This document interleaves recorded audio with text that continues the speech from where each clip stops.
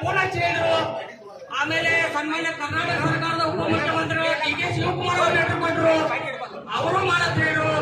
ನಮ್ಮ ಜಿಲ್ಲಾ ಉಸ್ತುವಾರಿ ಸಚಿವರಾದಂತಹ ಸನ್ಮಾನ್ಯ ಸತೀಶ್ ಜಾರಕಿಹೊಳಿ ಅವರು ಸುಮಾರು ಸಿಇ ಆಫೀಸ್ಗೆ ಬಂದವರು.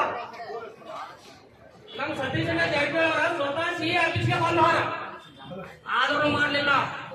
2 ವರ್ಷದಿಂದ ನಾವು ಏನ್ ಮಾಡಿದ್ವಿ ಅಂದ್ರೆ ಹೈಕೋರ್ಟ್ ಹೋಗಿ ಹೈಕೋರ್ಟ್ ಆರ್ಡರ್ ಮಾಡ್ಕೊಂಡು ಬಂದು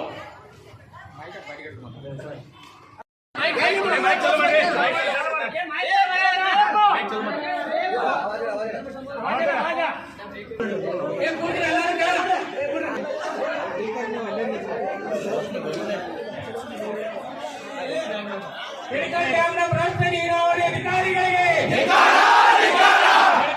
ಭ್ರಷ್ಟ ನೀರಾವರಿ ಅಧಿಕಾರಿಗಳಿಗೆ,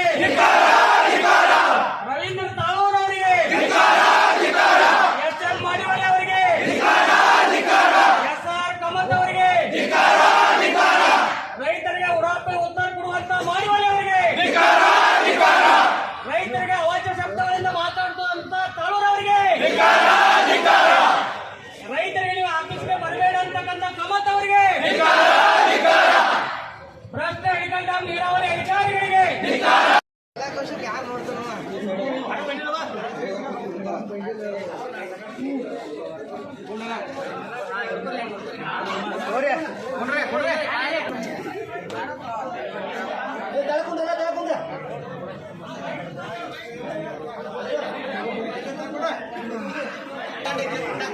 ಕೊಡ್ರಿ ಗುರುವಾ ನಾವು ಕೊಡ್ರಲ್ಲ